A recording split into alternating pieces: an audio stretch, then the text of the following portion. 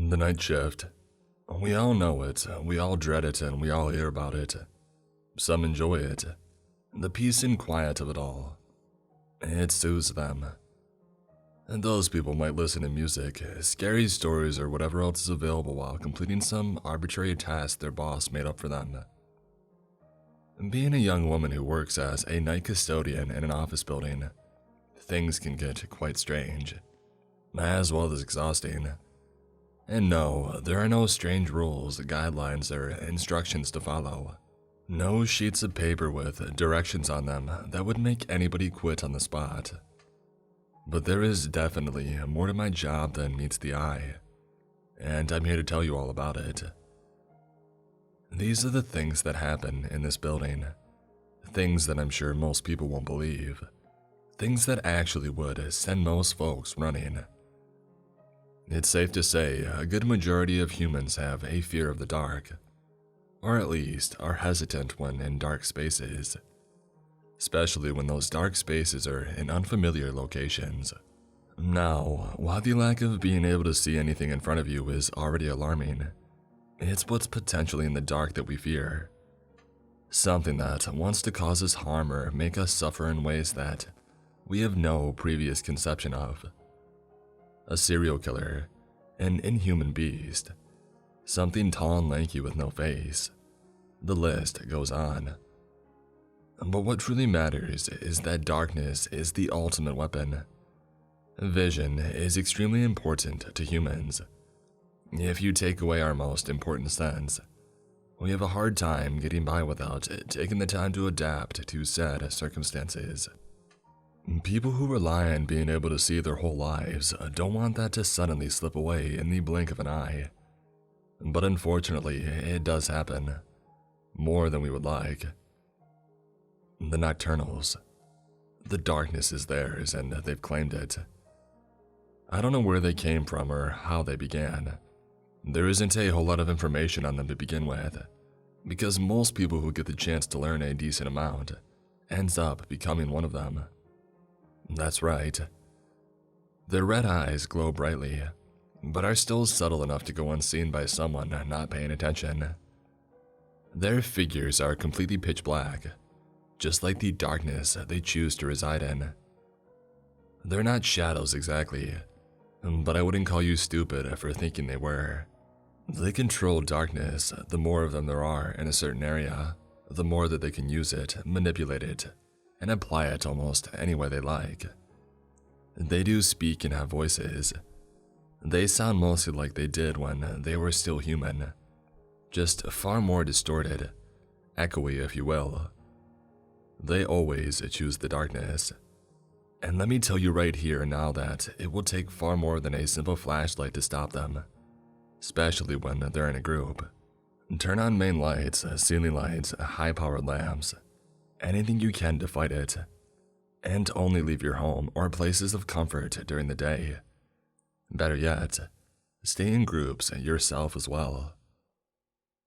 Now should you become engulfed by their powers and snatched up by one of them, you will be added to their ranks and will only seek to carry out their mission.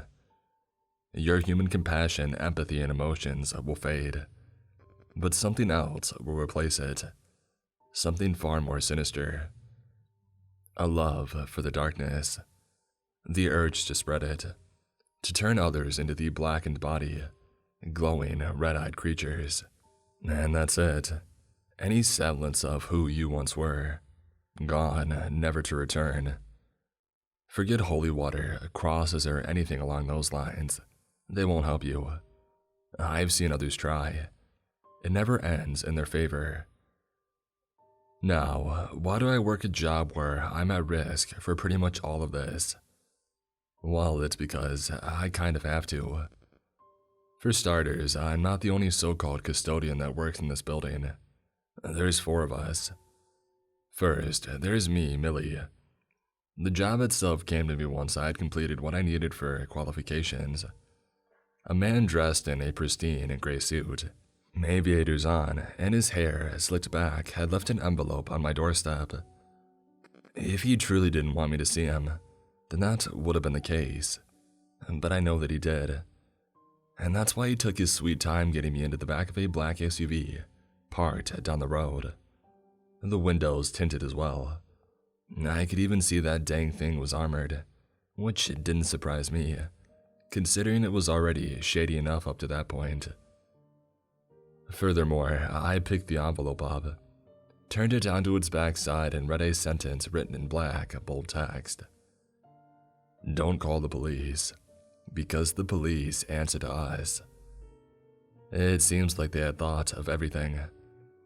I took this as a sign that I had practically no choice but to open it up, as much as I didn't want to. I wasn't very graceful. I simply snapped the fold open, finding what looked to be a printed photo inside. I grip it steady, the temperature of it still warm as I begin to pull it out, letting me know the photo was still fresh and hadn't been around for very long. Once it's separated from the envelope, I swap it around for the blank, white side to the actual contents of the picture. The paper gave off a smell resembling to air freshener, likely Febreze, which was strangely the most odd thing about it. Immediately, my blood freezes when I see the image. I step inside, my hand shaking as I put it on the knob to shut my front door. Tears forming in my eyes as I feel my grip on the picture begin to slip away. The picture is of my middle-aged mother, restrained in a chair with a gun pointed to her head. Not just a pistol or what you usually expect. No, this one looked military grade. Something a regular person would have a hard time getting their hands on. I notice at the bottom there is something written in white, almost chalk letters. I glance down to take a peek, the words revealing themselves to be from the agency. There was also an address written in the opposite corner, one that told me I must be there exactly a week later or suffer the consequences. So with no choice, I went. What else was I gonna do? If I told anyone, she dies, and like they said, the cops answer to them. So that option was out the door. I was slightly off-put when I showed up to what looked to be a generic office building, something you would see while taking a drive downtown, but this was much more isolated. It was only 4 floors, a brick exterior with a flat, boring roof and crystal clear windows. But there's a very good reason no one is allowed here once it gets dark. I went in, and a strange woman approached, telling me I was going to be interviewed for one of the open custodian positions, as they suddenly needed it filled. I guess you can infer what that means, but I know it had all been a setup, as I had never applied for a job at this place. Although she did inform me that there would be 3 others with me, so thank God I wouldn't be the only one. She had one of the higher-ranking employees of the building come in and give me some sort of weird, almost dare I say, enhanced flashlight, like something you would see out of a sci-fi film. Even she herself didn't seem normal. In fact, there wasn't a single blue-collared person in there. They dressed similarly to the guy who had dropped the envelope off at my house. Instead of just one beam of light, there was 6, all very bright and made a mining helmet look dim by comparison. When I asked why they were giving it to me, their response was simply, "Trust us, you'll need it." And that's pretty much where I am today. Tonight, I'm about to go in for my official 200th shift, meaning I ended up lasting 5 days longer than the man I had ended up replacing. So, bravo to me, I guess. And despite these circumstances, I did end up making friends with one of the other custodians, Tommy. He wasn't anything to write home about. Well, being completely truthful, none of us are. This agency that hired us probably thinks of us as nothing but guard dogs, which we kind of are. Anyway, Tommy, he's a good man. Maybe not the most exciting, fun, or dangerous guy ever, but he's good and good at his job. I'm pretty sure that that's all they care about. For Tommy, they have his son, I'm even sure that one time he attempted to quit and someone from the agency told him they would throw his son to one of the creatures that they have caged. So yeah, that's a good enough motivation to be doing this. Nonetheless, I get to the building, go to the supply closet and get my share of the equipment that I need to clean the 3rd floor. Each of us are assigned to our own floor with walkie-talkies for communication purposes. I take the elevator up to my designated floor, grab my mop and dip it in the bucket. The slight splash destroys the eerie silence of the room for just a second. The water squelches and spreads these soapy chemicals as I move the mop around with a sort of rhythm. "Got 2 red eyes down here," Tommy calls in from the walkie-talkie, stuttering slightly as he was the newest out of all of us, only being here for about 20 shifts. I pick my walkie up, pressing the button on the side in order to give my response. "Use your light, stay still and make sure you're near the lit areas of the floor. Don't do anything stupid," I order him, genuinely concerned for the man's safety. Tommy pauses for a second, nothing but the sound of faint breathing coming from the other end for a moment or two. "Okay, yeah, I'm all good. They're starting to retreat." Oh, and in case you're wondering, I'm the only one that actually calls them the Nocturnals. I had seen a post online about it. Something about some guy who had been taken by them. That's what he called them in a post, and I really like the name. It sucks what happened to the guy though. And lately, there's been, dare I say, missing persons cases. Lots of them, especially toward the wooded areas.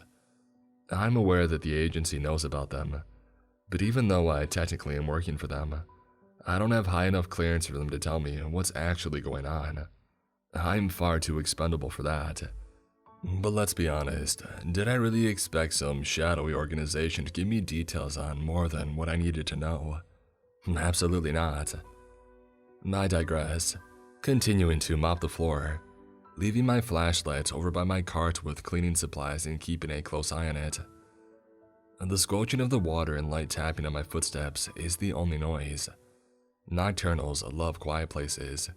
Quiet, dark places. Trust me when I say that you would never have to worry about them showing up at a frat party or anything along those lines.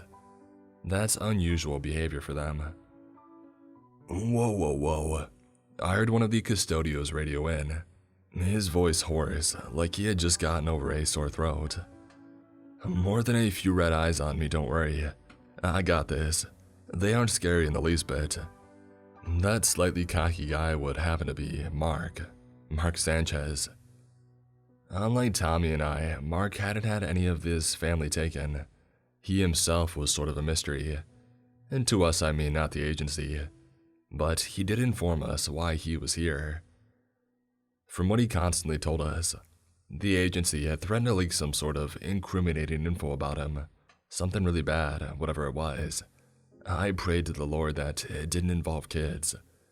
He wouldn't go on about the details though. Might have bit off a little more than I can chew," Mark announces. I can only help but smile. Soon as he finally said something humbling. Talking about something other than his playboy ways or how much he could drink in one sitting. I pick up my walkie, raise it to my lips as I press the button to speak. It crackles to life as I lean closer. "Mark," I snarl. "Mark, you alright? What's going on down there?" No response. Nothing but heavy breathing. Immediately, my heart begins to race. Admittedly, it wasn't because Mark might have been dead. Not directly anyway, but they may have gone to him and turned him. The last thing we needed was another Nocturnal to deal with. "Mark, I swear to God you better answer here, you freaking idiot." Tommy chimes in, his haste even more potent than mine. "I'm gonna go upstairs and check on him." Wilson radios in. Wilson was the oldest and most experienced out of us. And being in his late 50s, the guy was well built and put together, which isn't hard to picture when you realize he was an ex-Marine. I can't imagine what scares you after constantly being under the threat of getting blown up or shot. He was confident, not cocky like Mark though. but he knew what he was capable of handling. As to why he was there working for the agency, well, let's just say that he may or may have not committed a war crime. Yeah, I don't know the details, but from what little he's mentioned, it can't be good. I'm coming too, I respond, grabbing my flashlight off my cart and heading towards the elevator, wasting no time at all. No, Wilson shouts. Stay up there. Don't need them crowding more than one floor. Of course, me being a young, rookie female at this job wanted to prove myself. I didn't listen. If I could go back and change it, I would. Older people aren't right about everything, but usually if they tell you to stay away from something, it's probably in your best interest to do so. They may have had to learn the hard way, and you might next. I slam my palm on the down button on the elevator. Tommy radios into me as I do so, his speech slow and doubtful. You don't think they got him, do you? I don't know, but I can't let Wilson go onto that floor alone. The elevator arrives and I hop in, turning and rapidly mashing my fingers against the button for the floor below. No, dang it. I said don't come here, Wilson exclaims after a heavy breath, indicating that he had just run up these stairs to get to Mark. When the elevator door opens, I practically throw myself out of it and into Mark's floor. It was what you would expect. A simple copy and paste of the other three. Chairs, desks, and computers spread all around a simple rectangular expanse. Mark was backed up in the far right corner, cowering in fear. So much for the whole tough guy act, but I secretly expected it anyway. Insecure people always have something to prove. The lights were flickering violently, more than I had ever seen them do before. As if someone was repeatedly flipping the light switch as fast as they possibly could to set a world record. Toward the far end of the room were 5 different pairs of glowing red eyes, coming from a pitch-black wall of darkness. The Nocturnals, of course. They were staring down Mark, seemingly intrigued and simultaneously excited about his vulnerable state, knowing that he was in no position to fight back. Wilson burst in the room from the left through the stairwell, his enhanced flashlight already turned on. He was always ready for a situation gone wrong, and this time was no exception. I followed his lead by reaching down and quickly switching mine on. Mark, on the other hand, he seemed to not have his, considering how desperate he truly looked. Where's your light? I erupted, darting across the room in his direction. They snatched it. I was cleaning the break room and the dark swallowed it, he panicked, backing up harder against the wall behind him. I could hear his voice crack as he sounded on the edge of tears. You're a freaking idiot. Lucky I don't knock your jaw into your brain, Wilson snarls, turning and pointing his light toward the opposite end of the room. Mark was right.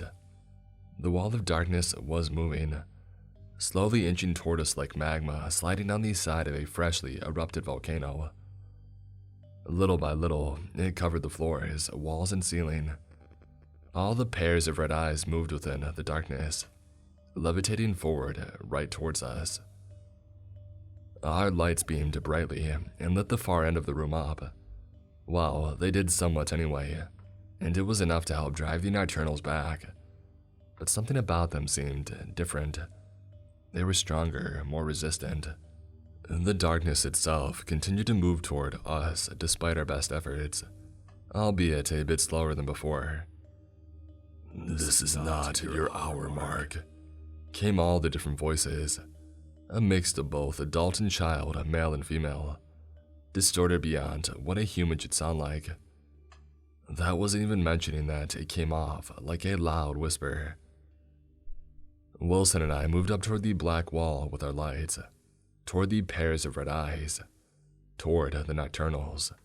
They backed up inch by inch, but a pair of eyes began to break off from the 5, moving to the right inside the wall of darkness, which of course was where Mark was isolated. The flickering of the lights in the room lit up slightly, It seems as if for the time being, we were winning. But even then, they had never put up this much resistance in the past, so it was still really alarming. My heart was racing with adrenaline pumping through me.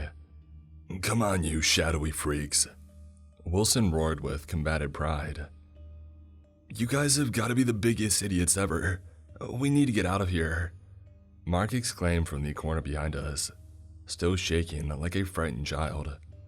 I can't do this anymore. You guys need to hurry up and do something. I can't die because of you morons. Save me, please. We need to run." "No, we can't let them get out and spread to the residential areas around here," I replied rather harshly without turning around.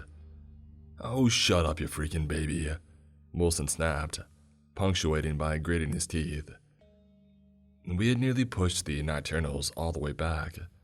Soon, we would drive them back far enough that the threat would be eliminated for now.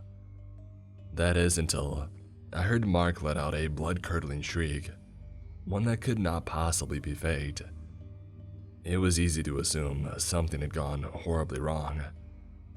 I did a quick 180, spotting Mark dashing from the corner, attempting to run away, the ceiling lights above him flickering on pace with his movements across the room. He ran up to the elevator, slamming his hand on the buttons until they were nearly smashed to pieces. And because of my turning around and shining the light elsewhere, the wall of darkness Wilson and I had worked so hard to drive out immediately began to come back, slowly advancing near us. Except there was one less pair of glowing red eyes this time, 4 instead of 5. "Millie!" Wilson shouted, and for once, there was actual fear in his voice. True, grandiose, existential dread. Hearing it only made me all the more terrified. I was stuck between a rock and a hard place. The elevator door had opened in front of Mark, both of them slowly and menacingly sliding into the gaps, only to reveal a dark, empty space, with 2 red glowing dots inside the box hovering at eye level. The elevator itself was there. Only one of the Nocturnals had made it in there before poor old Mark, who of course was caught completely off guard. Since he was within range without a powerful enough light source to protect him, Mark was suddenly snatched into the void-like space of the elevator. It was silent at first. It always is as soon as they grab you. But then he began to scream like a damned soul in hell, endlessly wailing and crying out before being muffled out by the elevator doors closing. No, help! Please help!" he shrieks, sounding much more like a little girl than a grown man. I turned around and held my light in front of me in order to assist Wilson. Mark was now gone, lost to the Nocturnals and now fated to join their ranks. There was nothing that we could do. But once again, they fought back against Wilson and I. This time, the black wall went around the area of our light source, as if they were attempting to flank. I'm here," came Tommy's explosive outburst. He dashed in from the stairwell door, panting and gripping his light device. "Well, don't just stand there like a rag doll. Hurry up and help," Wilson barked at him. Tommy switched his light onto full power as Wilson and I had done, turning his back to ours and focusing on the darkness that was beginning to lurk behind. "They've never fought this hard before. What's going on?" Tommy cried out, reiterating what Wilson and I were already thinking. "I don't know. We just gotta drive them out of here and then survive until sunrise." With Mark now dead in one of the floors left to the eventual takeover of the Nocturnals, it clicked in my mind that we would soon be sent a replacement. The agency didn't really value human life all that much, but I'm sure them taking our innocent family members as hostages probably already conveyed that. Soon enough, the wall of darkness was pushed all the way back, and by extension, the Nocturnals lurking inside it, the red dots dissipating as it faded. We were safe for the time being. And we went back to our respective floors in order to check if any activity had occurred while we were all busy on Mark's. Thank God there wasn't, or we would have been in serious trouble. When the morning came round, it was blissful, cathartic, giving me a feeling of relief that I didn't think was possible with a job like this. And not to that degree anyway. Wilson did call the agency and let them know about what had happened to Mark. They told us that they already knew about it and to stay put because they'll be coming over soon to assess the damage, as well as figure out our next replacement. Meaning they were going to find some other person, kidnap their relatives and force them to work here during nights, just like us. Maybe they wouldn't, but that seemed unlikely. Luckily, it was a Saturday, so the normal, everyday people who had no idea what was going on here weren't coming in for work. Wilson, Tommy, and I all look out the window to see 3 different armored SUVs all pulling up on the street below. The doors swing open and a variety of personnel step out. 2 were what I assumed to be security, although they were definitely more geared than your average security guard. Dressed in all black with body armor and fully automatic rifles slung around their torsos, they both appeared ready to take on a small army. I could make out a more curvy figure underneath the gear of one of them, indicating it was a woman. Out of the second SUV stepped an older-looking man dressed in an extremely expensive-looking suit and tie. No wrinkles, no stains. It was pretty much in perfect condition from what I could tell anyway. And then, from the third and final vehicle emerged a man similar in age to the one in the suit, probably in his late 40s or so. He wore a simple outfit consisting of jeans, sneakers, and a long-sleeve gray wool shirt. They entered the building and took the stairs up to our floor, not wanting to risk taking a chance of encountering the Nocturnal that had assimilated Mark, due to the lack of light inside the actual box of the elevator. When they enter, I hear both the man in the suit and the one in the gray sweater loudly arguing over something that I had no knowledge of. "No!" erupts the man in the suit, ferociously pointing his finger at the one in the gray sweater. "This isn't what you went through. It's not that peril crap. I'm not wasting resources recapturing him anymore. He's gone. He made up his mind and clearly doesn't want to follow our orders anymore. So he'll die instead." "But sir," the gray sweater man shoots back, his demeanor much more calm than the man in the suits. "He's way more useful to us alive. Tell X1 not to kill him. They'll end up killing Dr. John too." The man in the suit turns around, flashing in gray sweater a look of utter ridicule. "Oh right, because I'm sure you care so much about John. Screw John. I've never seen you even talk to him. They both need to die. He's getting too dangerous and is learning too much. End of story. I'm not arguing anymore." Defeated in the verbal battle, the man in the gray sweater simply sighs and rolls his eyes before reaching into his pocket to retrieve a notepad and pencil. He then begins to scan the room, walking around to look at things and take notes of whatever he sees. The man in the suit now approaches Wilson, Tommy, and I, reaching out to shake his hand. "Hey, Director of Operations, but just call me Ted," he says, introducing himself with not much flair or excitement. "We've been waiting on you," I said bluntly, matching his lack of exterior emotion. "How many more nights do we gotta keep coming here? Are you ever gonna let my mother go? She's innocent and didn't do anything." And Ted groans, not even attempting to hide his irritation at my probing. "You know, I could just kill you and your mom and be done with it, right? You're lucky I'm even wasting resources feeding and keeping her alive. I'll just find somebody else who knows when to shut up and quit asking questions."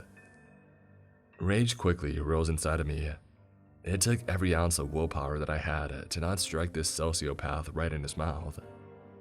There he was, standing there taunting me about my still captive mother, making vicious threats because he knows he's got meatheads with guns to protect him. A typical coward. "I don't care what your title is. You need to watch how you're talking to people." Wilson steps up, marching toward the director. "Man, you were supposed to be dead a while ago. You want to make that a reality right now. Ted fires back, calling one of the armed personnel over. He quickly paces across the room, standing next to Ted and pointing the barrel of his rifle right at Wilson's head. Wilson is of course unfazed, but he still doesn't try anything stupid. "That don't scare me. I've had one too many guns pointed at me in my years. You're gonna have to do better than that," he taunts, only inviting more conflict. I would be lying if I said I wasn't morbidly entertained. "Wilson, Tommy says, trying to intervene, only to be cut off by Ted holding up a finger in the air, signaling for him to be quiet and stay out of it.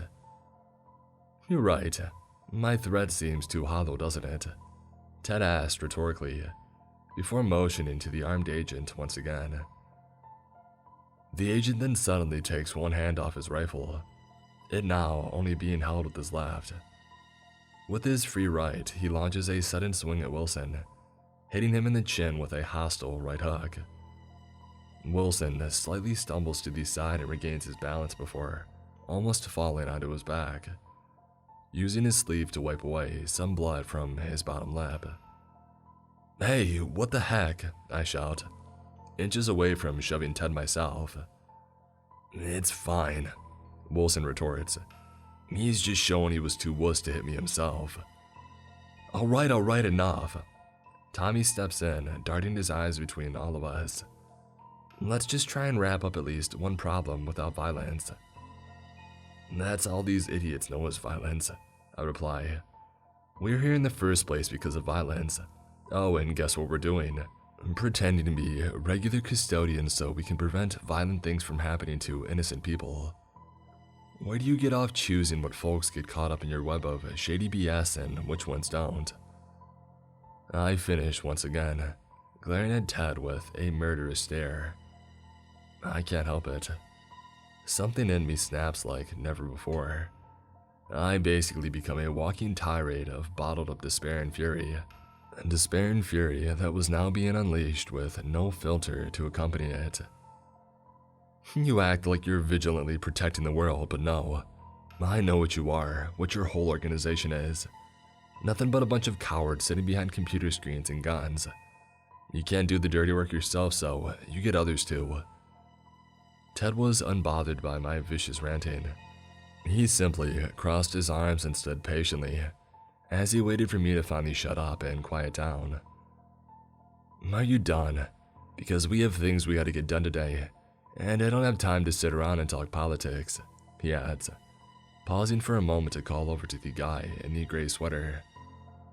"Hey, Tin, why don't you come walk with this lady and get the story of what happened here? She seems to need to cool off anyway." After he said it, I clenched my fist. I was never a person who had gotten into many fights my whole life, but I was by far willing to make an exception for this jerk. He was pulling my strings onto every last nerve. However, though, I don't. Keeping my hands to myself and putting self-control in the forefront of my mind, not wanting to make a stupid move that could potentially get me beaten, tortured, or worse. Tin and I take these stairs down and exit the building to take a short walk along the road, while I recall the events of what happened. Everything from the Nocturnals seemingly becoming more adaptable to our weapons up to Mark's foolish yet unfortunate death. Through all of it, he listened and did it well. A trait you don't see very often in a lot of people, especially when it's something that they don't want to hear. But then again, I'm sure that it was his job. "What's your assignment with him anyway?" I ask. "You like a reporter or something?" He smiles, putting his pencil away and closing up his notepad. No, a researcher. There's definitely better jobs out there, but the pay is what truly makes it worth it. Trust me when I say I don't trust the government or people of their type just like you do." "Then why do you work for them?" I inquire.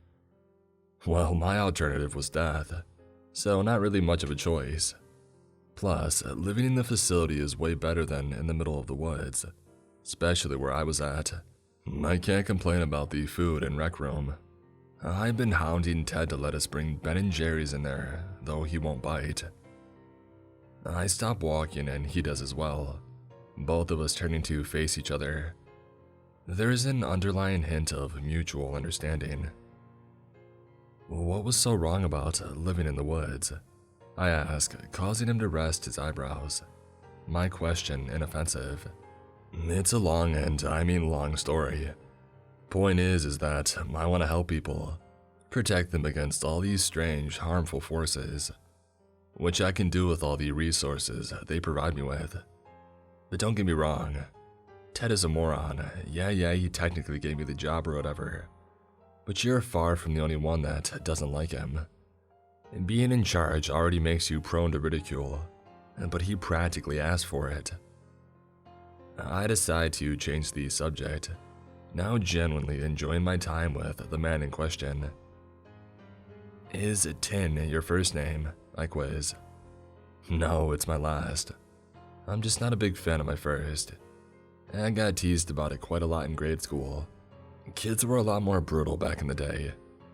I can still count all the times I've had other people's food dumped on my head, but all the lunch money stealing brutes.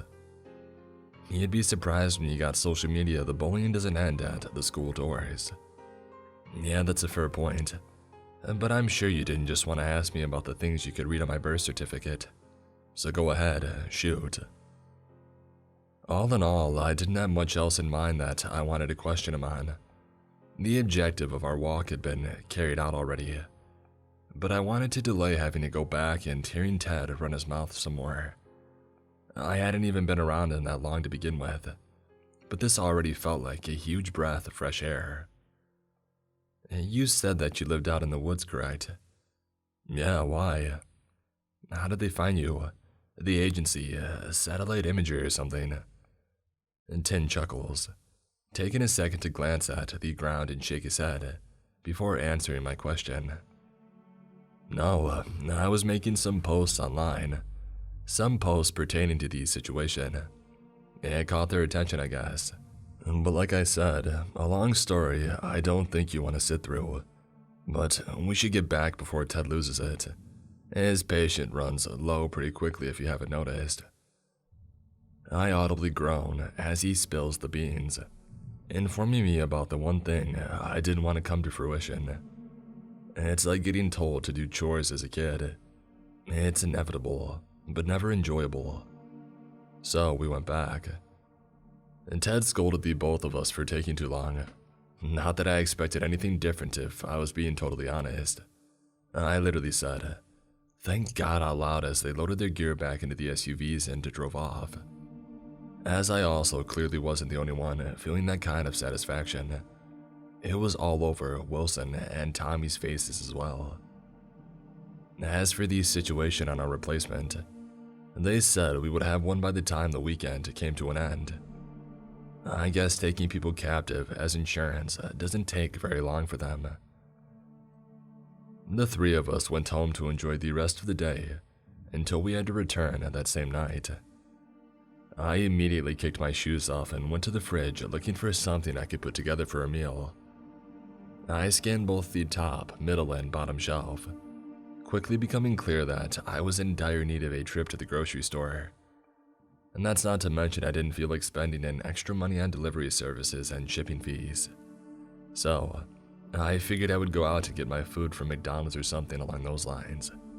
It was cheap, easy, and quick. Closer in line to what I had the energy for. I take the drive there, going on the more scenic route to make it feel that much more special. It's not all that bad though. Some of the architecture of my neighborhood is quite unique. Plenty of designs that you don't see in most places. It's still a decent distance from the office building though. And my neighborhood was much more lively with people. Kids outside in their driveways, dads working in the yard, stuff like that. The kind of life I wished I had. I pulled up to the drive-thru, ordered my food, and waited in a small line for the first window to pay for what I got. A large dumpster sits off to the right side of my car, one slot open and the rest closed, making the inside of it dark, really dark, far less lit than it should have been. Looking out my windshield, the cars in front of me are still, no lights on and not moving. nothing coming out of the exhaust pipes. I take another glance back at the dumpster. 2 red, glowing dots sit inside it, watching me and not moving in the slightest. They continue to stay fixed on me for what I can only describe as nearly a minute. I don't blink or draw a breath. I just simply stare back. There's a silence. Time seems to stop almost completely. In fact, the world itself stops, and so does everything in it. Luckily, the Nocturnal doesn't move forward, the sunlight preventing it from exiting the dumpster itself. Instead, I hear it call to me, speaking in that now far too recognizable distorted voice. Me took me, showed me the greatness of the dark. Leave the light behind, Millie. The light is meaningless, it holds you back. Only may you find true salvation without it. I knew what it was, or rather who it was. The voice sounded a lot more like him once I came to the chilling but rather obvious realization. Mark, or what Mark had become. He was another one of them now. His transformation itself didn't shock me. No, it was the fact he was stalking me. Hunting me specifically. Something the Nocturnals only really did when going after a specific bloodline of people. But it wasn't impossible.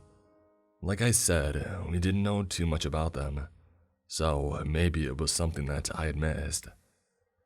But what I did know was that he wanted my attention. He wanted me to be scared, but I wouldn't give him that satisfaction. He was limited in the daytime, so I was safe for the time being. The car behind me beeps impatiently, causing me to jump in my seat. I turn my head to lay eyes upon the culprit. A man in a white Volkswagen slams his palm angrily against his steering wheel. Come on, lady, you're holding everybody up. I want my dang Big Mac. I pull further up, grab my food and drive off, scarfing it down with one hand, still held steady on the wheel. It's a little reckless and I usually wouldn't, but it's not like this was a normal day. None of my days for the past several months had been normal. I go home and sleep for the remainder of the day, setting an alarm for 8:30. I needed to be at the office building by 8:45 in order to prepare for the night. I meet Tommy and Wilson in the lobby once I arrive. We grab our lights and gear as we talk about how our replacement will potentially end up being. I hope it's a lady, scoffs Wilson, groaning as he picks up his light and starts inspecting it. It's been a bit of a sausage fest around here. No offense, Tom. Can you not call me Tom? It makes me sound old. Tommy's a bit more youthful. No, it's fine, you big baby. But you'll get there someday. Trust me, and when you do, it'll hit you like a ton of bricks. Wilson retorts. I just hope they're not a complete hollowhead. Not that Mark deserved what he got. I chimed in. I don't totally care if I'm being honest. He made dumb decisions and he paid the price for it. Natural selection just doing its job. Came Wilson's cold reply. It was harsh but correct. Suddenly, we hear the doors swing open. The three of us turn our heads to see a woman enter the lobby. She looks seemingly familiar, slightly above average height with a voluptuous figure. I could have sworn that I recognized her. She possessed short brown hair only going just past her ears, her eyes being the same color. She had this aura about her. It was warming, but yet unsettling at the same time. So, which family members of yours did they take? Tommy probes, skipping the more generic courtesies. You go through any schooling? Wilson says, following Tommy's questioning. Guys, I say, holding up a hand. She literally just got here, give her a second. The woman frowns. Silence falls upon the room. There's nothing going on except the staring between the three of us and her. It seemed almost like she was waiting for one of us to make a move. Well? I ask, not becoming impatient while still maintaining my distance. And then, without speaking or responding to our many courtesies, her eyes shift from brown to red. Her skin slowly transforms into a truly pitch-black palette, the color of a void, a deep, endless void, blacker than space or the deepest reaches of the sea. Her eyes light up, as if she had just flicked on red beams into her skull. And it soon becomes apparent to all of us what she is. "Crap, grab your lights," Tommy shouts, retrieving his device and shining it towards the nocturnal woman. But it does nothing. She stands there in her blackened form, not laughing, moving, or taunting. She just lets us see that she's different from the rest. The fact that she's not like the others. Not in the slightest. Wilson and I both got our lights as well, shining them directly at her. Once again, she doesn't move so much as an inch, only standing there continuously staring us down. "I'm not here to hurt you. I want to help you. I know what I look like and what you probably think I'll do, but I can assure you that I'm on your side. I don't think like them. I promise you," she pleads, her voice now distorted like the Nocturnals, far above what it was just minutes ago. "Then you better get talking fast," Wilson barks, his no-nonsense attitude emerging yet again. The nocturnal woman holds a hand out and suddenly, all of our lights began to flicker rapidly. Something other nocturnals had never done before. Not with these lights. It wasn't only that, but the fact that she could seem to transform into her human form at will. Usually, once someone became a nocturnal, that was it. That was the end of their previous existence as a human being. "The guys in black who hired you, I was one of them. I showed up earlier today with the director. I was one of the ones in the security gear. Your actual replacement. He was supposed to be here. He was just a regular guy like you. But he offed himself, said he would rather die than work for the agency. So, in last-minute desperation, they took me instead. They said they needed something more than just another regular guy with light weapons." She trails off, the pitch black covering over her skin fading away and revealing her human form once more. The one she had when she had walked in. "So what did they do? Experiments on you or something?" Wilson probes. "Sort of. I volunteered to help, but they didn't tell me they would be doing this, making me into a better version of one of them. The director told me to hang up all my gear and weapons and then follow him. He led me to one of the laboratories in the facility. A bunch of the other agents pinned me down and strapped me to a table and injected me with God knows what. Beyond agonizing. I was fighting and screaming the whole time. The way it felt going through my veins. God, I hated it. Every second of it. Felt like they were putting acid inside of me. Don't even know why I'm still alive or whatever this is," she says, looking at both of her hands. "I'm sorry," I tell her. "I really am. We didn't mean to be so hostile at first. We didn't know all about this." I step forward, placing a hand on his shoulder. "I'm not." Wilson steps forward. "How do I know you're not playing us? That you're just a more advanced version of them? The red eyes?" "If I wanted to kill you guys, I would have done it. Granted, I'm still learning how to use these abilities, if that's what you can even call them.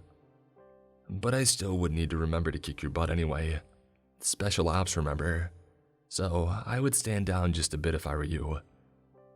Wilson lifted his head, letting his chin appear more prominent. I expected him to come back with something harsh or witty, telling her that she's a moron or doesn't know who she's messing with. But instead, he just smirks and laughs. "A woman with a fighting spirit. I like it." Anyway, the woman continues. "The lab coats studied them as best as they could. They still weren't able to learn all that much. So when they finished injecting whatever it was into me, they took me to a forest where it could get pretty dark even in the day. It wasn't far from the compound. Some of them were there. The red eyes. They practically just gave me to them without a second thought, without knowing the true end result. Of course they took me, snatched me up into the darkness and assimilated me. But it wasn't like the others. I didn't feel like the darkness was my only option. I could still think and process things like my old self. Listen, Tommy speaks up. I'm sorry about all this happening to you, but we still don't know if we can fully trust you. We've just been through too much with those psychopaths, but if you're willing to prove yourself, then I know for a fact that I'll change my mind. As if on cue, the front door bursts open again, and through it comes the researcher in the gray sweater from earlier, Tin. He looks out of breath, wheezing and panting like a dog as he tries to obtain enough oxygen to speak coherently. They're starting to spread outside of this building and area, he says, lifting himself up and taking a gulp of air. A couple of them chased me with a wall of darkness, and since it's nighttime, they have a lot more aggro. I know, I saw one when I was going to get food there. They're evolving, like she is, I say, pointing to the woman. We can't let them get that powerful. You can call me Isabella, she corrects, and they won't. At least they won't be able to change into their human form or anything that extreme. I don't think so anyway. The stuff they juiced me up with is what makes the difference between us. But as far as how much darkness they can control and how they can move through it, we need to put a stop to that. Who knows how many more are out there, not just here but all around the world. You guys can trust her, Tin says, stepping forward. She's telling the truth and got screwed over by the agency. Who hasn't? Tommy asked rhetorically. I'm still learning how to use these powers and I don't know how much help I'll be, came Isabella's 2 cents. But I'll do everything I can. We need everything we can get, Wilson interjects. So you're gonna have to learn quick, because this is getting out of control. We can't just sit here and let them spread from this building, not any more than they already have. If they're tied to this building, bound to this general area, maybe we could destroy it and that would help get rid of them, says Tommy. If it's their beacon, then we need to take it out of the equation. I can go into the darkness and try to take them out, as many as I can, Isabella chimes in. Once I take the form of them, I have their abilities but not their weaknesses. As long as it's not a speshlight, I should be fine. What the hell is a speshlight? I quizzed. The only light that weakens me so far. Even your guys' lights won't do it. It's this weird purple color. I think one of these scientists at the facility said it was created by dark matter. All I know is that, as long as no one has it, I should be okay. Are we sure we want to straight up destroy the building? I know this is a bad situation and all, but I'm sure we'll piss off Ted by attracting attention, I say, bringing up a valid point. Screw the agency, Tin remarks. I'm with them because I have to be, not because I wanna. Most of us in here are. There are no people or other infrastructure within 2 miles of here. We'll be fine. If we're gonna do this, Isabella announces, there's enough propane in the basement of this place to blow it sky high. But not all of us can make it down there. The basement is a dang maze, Tommy adds. We need people up here as well, making sure they don't escape just in case. Ted and his goons will have some sort of cover story for when this place blows. Either that or they'll just tell the government to deal with it, Tin adds. Either way, I think we'll be fine. I darn my eyes between the 5 of us. I obviously wanted the most capable and strong to be with me, which in my opinion was definitely Wilson and Isabella. But that would leave one side more vulnerable than the other. So we needed to strike a balance on the teams. Alright, I know I don't usually call the shots, but I'm doing it anyway, I proclaim while stepping forward. Wilson, Tommy, you guys should grab your lights and watch the outside. If they get too far away, then radio me. Tin and Isabella will be going into the basement with me to find the biggest propane tank we can. We'll make sure to do it in a way where we have some time to run out of the building before it blows. No, Wilson says. Trust me.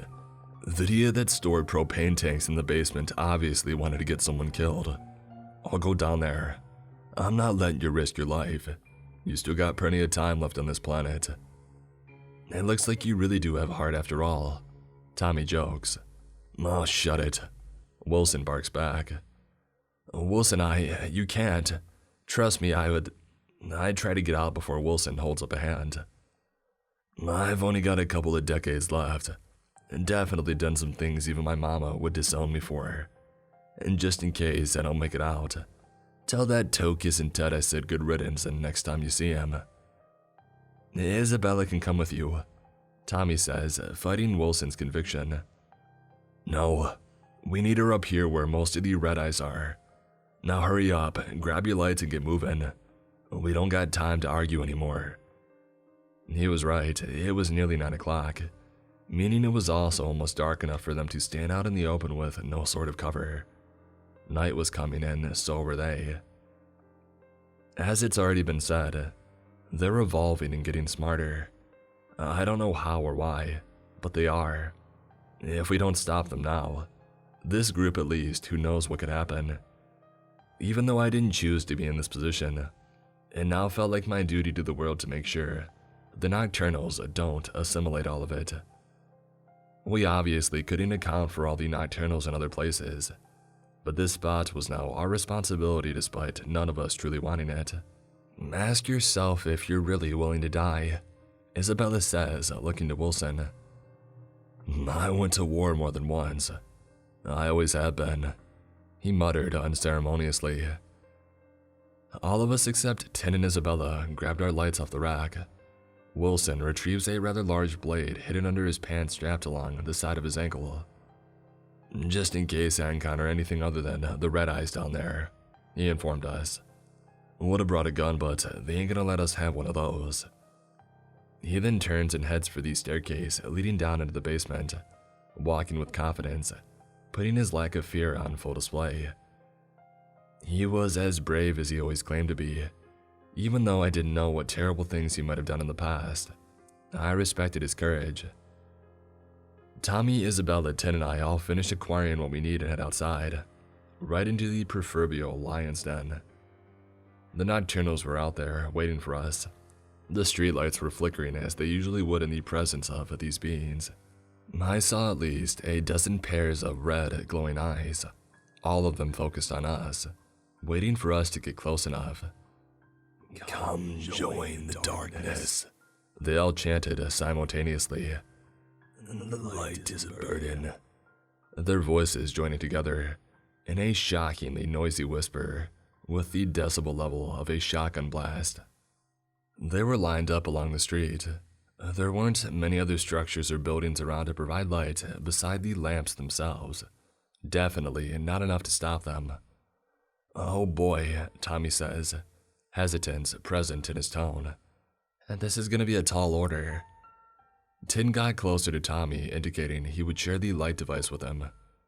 Great, Tin began. First, I gotta worry about getting flayed alive. And now I have to worry about becoming a freakish nectophile. I guess the universe really isn't my biggest fan. I'll take the first strike, Isabella adds, stepping forward and changing into her nocturnal form. I lift my light as the other nocturnals start to levitate towards us within the darkness. I swiftly turn around to notice that they're starting to come from all sides, upping the ante of the situation. We had to take them out here and now before it was too late. Isabella turns and gives me a nod, the glow of her red eyes piercing into my soul. I can't help but find them almost beautiful, at least when they're on her they are. She levitates slightly off the ground, an aura of darkness surrounding her. The battle quickly commences. She destroys the light of the closest street lamp in front of her, shrouding these spots in a void. The other nocturnals quickly converge on her, attempting to dogpile an attack. She throws them off, but not without a struggle, groaning as I see her tossing them every which way, flinging them like frisbees while they relentlessly pursue her. Isabella then levitates higher into the area of the pitch-black void. I can just barely see the outline of her arms as she waves them around. She was definitely easier to see than the others.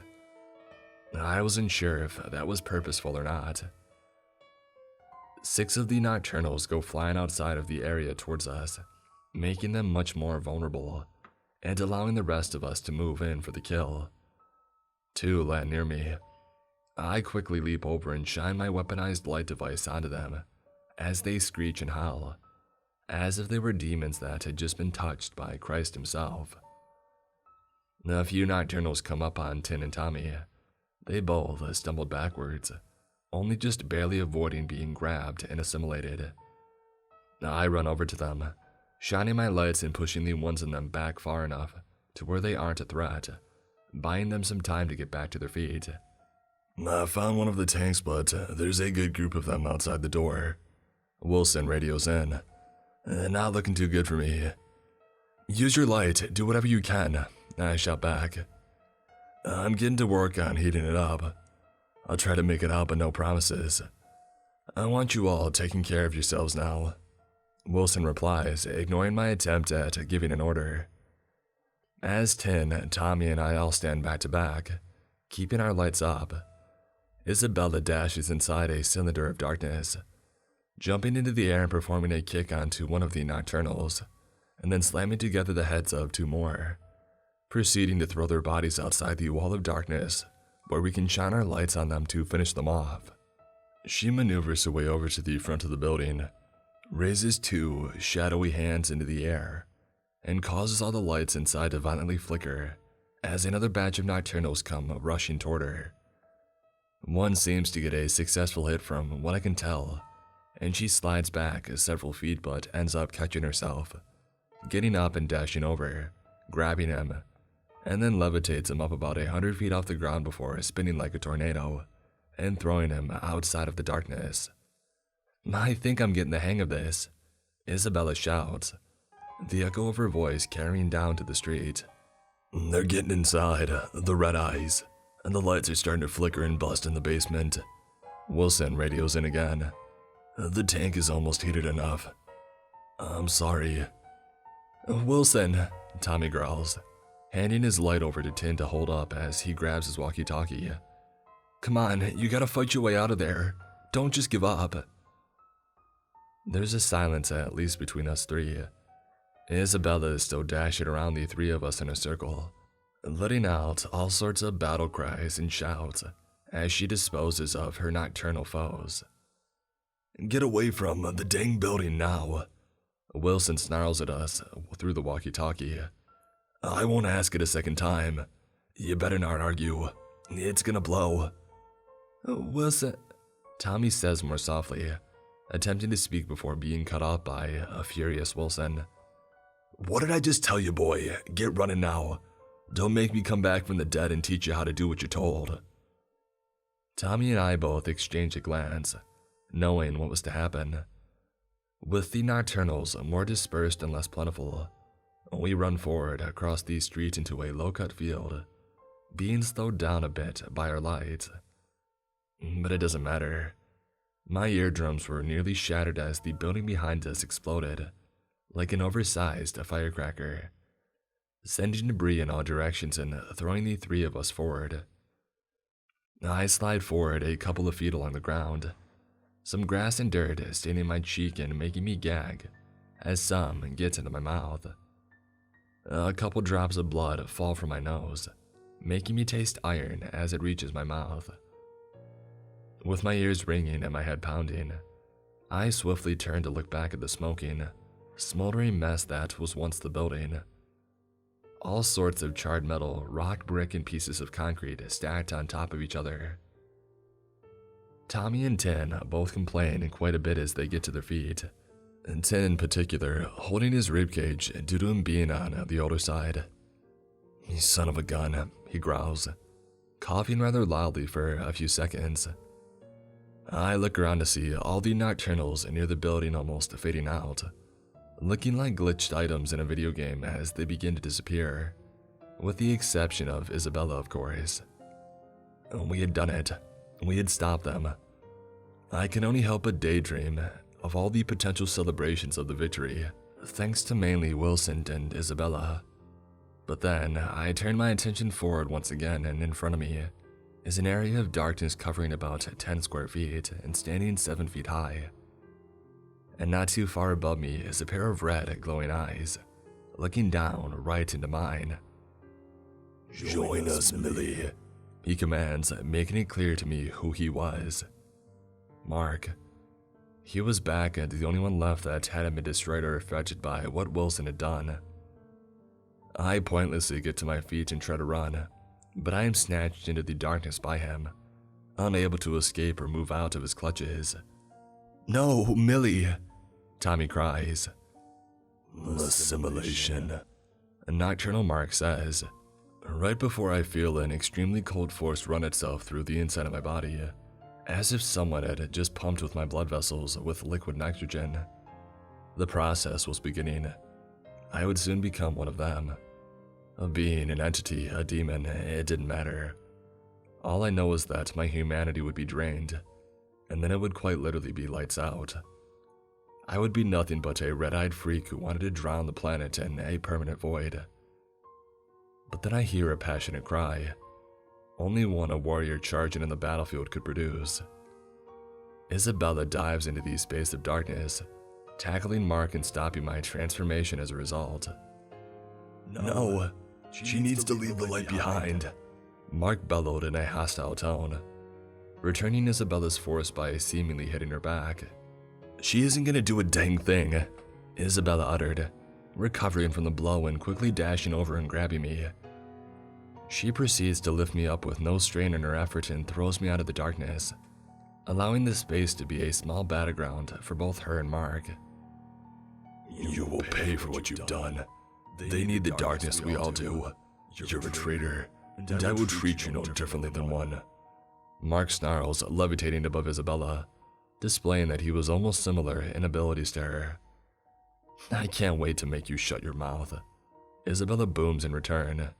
I'm only inches from the street as I get to my feet, moving out of the way in case Isabella and Mark move the space of darkness in the chaos of their grandiose supernatural showdown for ultimate dominance. "Look," Tin shouts. I swerve my head around like a crazed pigeon, looking down the road as 4 different armored vehicles approach the area. The agency. We must have caught their attention. They get closer, one of the SUVs in the front and a semi-truck with a reinforced trailer in the far back. They stop, not too far from us. A bunch of armored security personnel bursting out of the trailer of the semi. Body armor, assault rifles, night vision goggles, and everything. "Go, go, go!" The one in the front shouts, pacing forward with his rifle held in front of him. But they weren't the only ones. No. 2 guards in what appeared to be these special suits followed them out. And when I say special, I mean they were covered from head to toe in what looked like battle mech suits that you would see in a fighting game, but much more slick and made to fit them more tightly, allowing them more mobility when in combat. Mark and Isabella continued their battle, the area of their fight expanding. They did what amounted to trading blows from what I could tell. Isabella was clearly winning, but not easily. Mark seemingly had her by the throat and slammed her onto the floor before picking her up once again and throwing her towards the edge of the darkness. Isabella caught herself, stopping midair and flying back to Mark at full speed in order to counter what he had done. Now, while Mark had been giving her a run for her money due to these further knowledge of the abilities themselves, Isabella had her previous combative training and raw power to give her the edge. "What's with the power suits?" Tin yells as Ted gets out of one of the SUVs. "When a multi-million-dollar killing machine escapes your custody, you learn to change your strategies up," he replies, no emotion existing in his expression. I had no idea what he really meant, so I simply shrugged his answer off with nothing more than a simple frown. The agents in these suits run toward the darkness, jumping in to assist Isabella, while the ones with the guns and regular body armor stay back, keeping their rifles trained on the spot. There is a struggle. The men in the suits groan and yell inside the black wall before being suddenly flung out of it by Mark. It was clear they were no match for him, and their efforts to assist Isabella were useless. One goes slamming into the trailer of the truck, denting the rectangular-shaped metal with a loud bang, part of his suit cracking dramatically. The other one simply goes straight up into the air above, well above 200 feet before starting to fall back down. But small balls of fire burst out from the bottom of his metallic boots, allowing him to catch himself and fly. "Sir, these suits are not equipped for this entity," the one flying in the air says, looking down towards Ted. Ted turns his attention to the armed personnel with the more traditional gear, raising a finger as he screamed a command. "Try the ectomagnets, you idiots. Save your ammo, bullets don't work on them." One of the armed men grabbed a urine-colored, triangular-shaped device from his weapons belt and threw it toward Isabella and Mark. It boomed with a white light, sort of like a flashbang, but nothing came out of it. "I've had enough," Isabella roars, her voice practically shaking the ground as she does so. Suddenly, Nocturnal Mark comes crashing out of the darkness and onto the street, allowing us to attack him in his vulnerable state thanks to Isabella's handiwork. Me, Tin, Tommy, and all the agents focused as much light as physically possible at the time onto him.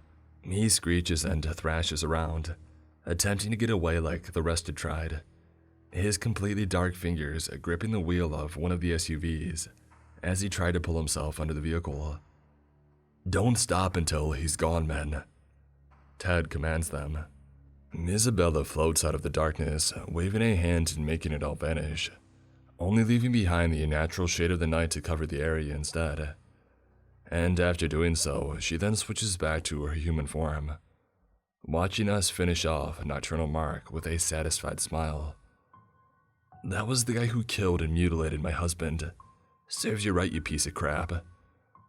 His screams of pain soon faded as he began to seemingly glitch out of reality and fade away like his comrades had done when Wilson blew the building, leaving no sort of matter or traces of his existence left behind. I couldn't help but release an obnoxious exhale, one that bounced right back into my face due to Tommy running up and hugging me. "We did it," he shrieked joyfully. "I can't believe it. That makes us heroes." "Don't get too comfortable, you idiot," Ted says, quickly shutting us down. "They're still spread out around parts of the planet. They're not gone, far from it. We got rid of one group." "But Wilson," I say, darting my eyes towards the rubble of the office building. "Yeah, that's what happens. If it wasn't this, it would have been the Marines that did him in." I clenched my fist before he even completed his last sentence, and without thinking, I take a swing at Ted, only for my blow to be stopped en route by Tin. I hadn't been thinking. I had just let my anger take over, and I had enough of his mouth, and I know I wasn't the only one. "Don't, it's not worth it," he informs me while looking into my eyes with his face doing the talking. "I'd be willing to make an exception for this numbskull. All of this is because of him. All of it. What he did to us, our families, Isabella. He gave the order, and he needs to pay." I go off furiously. Ted stands not far in front of me, obviously not bothered by my tirade. "You'll get a 20% bonus in your bank account if that'll shut you up," Ted replies. "I want my mother freed. I don't care about stupid money. I want Tommy to have his son back. I want to go back to a normal life." "No," Ted shoots back. "We still have plans for you all. But since you were actually useful today, I'll tell you what. We'll allow you weekly visits with your family members at our Site 12 facility after it's repaired. Of course, both you and Tommy will be blindfolded and sensory deprived on the way there, so you don't know the location." "What do you mean repaired?" Tin says, stepping forward. "I was just there this afternoon. A rogue chopper of ours shot a missile at our weapons room and blew a hole in the side of the building. It damaged our alarm and security breach systems. We're having it fixed as we speak. So when it is, we'll allow you to visit." Ted groans, clearly irritated and not wanting to answer further questions. "I'm not dealing with Nocturnals anymore," I growled. "So you're either gonna have to find me something different or kill me, but you will not lay a finger on my mother." Isabella then approaches us still in her human form, a smile plastered on her face. I want something for what you did to me back at the facility, she demands. You just threw me to them, not knowing what would happen. You're a freaking sociopath, even more than Dr. West was. Watch it, Ted snaps. And fine, you'll receive a bonus as well, bigger than theirs.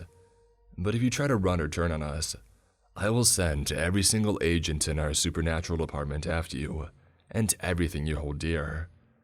I've had enough of our experiments running away from us, and I won't let it happen again. Oh, I see, I'm just an experiment to you, she says bitterly, crossing her arms to punctuate. All those years of being an agent and serving this place, and this is what I get. Tommy then tilts his head as he rests a hand on her arm, doing everything he could to calm her down as he had done with me. I think we could all use a meal. I know a good cafe in town that I go to quite often. They've got great coffee and breakfast. Definitely recommend the eggs and bacon. Tin interjects. Remember your situations and do not try anything funny or we will know. Ted chimes in, eyeing us all. We'll contact you all by next week once this is all sorted out. And wait, there's one thing I bring up. How did you guys show up so quickly and know the building exploded? It was bugged, and not only that, but the cameras are operated by us during the night. So when we heard a boom and then all feed was suddenly cut off, it raised alarms. One more thing, Tommy steps aside. What is it? I swear you guys are gonna make me blow my brains out with all this nonsense. Ted wails. That wouldn't be the worst thing. Tin chuckles. There should be a funeral for Wilson. He sacrificed himself to help us stop the Red Eyes. Take it out of my salary if you need to. Tommy said firmly, no room for any argument. You want to have a funeral for that war criminal? Ted asked, dumbfoundedly. As if you're any better, Isabella remarks. She was right, but I didn't know when this mess would end. The world was becoming stranger and stranger by the second, and I didn't know how to deal with it. But one thing was for sure. This was not the end of this. Any of this.